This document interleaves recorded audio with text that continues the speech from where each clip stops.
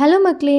என்னோட செகண்ட் பேபிக்கு மாமியார் வீட்லேயே 9th டே தீட்டுலாம் கழிச்சு நேம்லாம் வச்சுட்டு, அதுக்கப்புறமா நான் அம்மா வீட்டுக்கு கிளம்பி வந்துட்டேன். இங்கே வந்து கொஞ்சம் ரெஸ்ட் எடுத்துகிட்டு போகலாம் அப்படின்னு சொல்லிட்டு அம்மா கூப்பிட்டு வந்துட்டாங்க.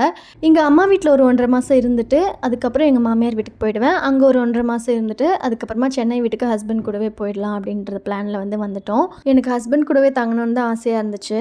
ஆனால் ரொம்ப குட்டி குழந்தை, அதுவும் இல்லாமல் எனக்கு 3 வயசில் பையனும் இருக்கான் இல்லையா, 2 பேரையும் என்னால் பார்த்துக்க ரொம்ப கஷ்டமாக இருக்கும். எனக்கும் சி செக்ஷன் வேறு நடந்திருக்கு. ஸோ எனக்கும் ரொம்ப கஷ்டமாக இருக்கும். அதனால் கொஞ்ச நாள் வந்து அம்மா வீட்லேயும் மாமியார் வீட்லேயும் நல்லா ரெஸ்ட் எடுத்துகிட்டு உடம்பு கவனிச்சிக்கிட்டு அதுக்கப்புறமா வந்து ஃபேமிலியாக ஹஸ்பண்ட் கூடவே போயிடலாம் அப்படின்னு சொல்லிட்டு இங்கே வந்திருக்கோம். இந்த ப்ரெக்னென்சி டெலிவரி டைம்லலாம் அம்மா வீட்டுக்கு போனால் ஹஸ்பண்ட் கூட இருக்கணும் அப்படின்ட்டு நான் ஆசையாக இருக்குது.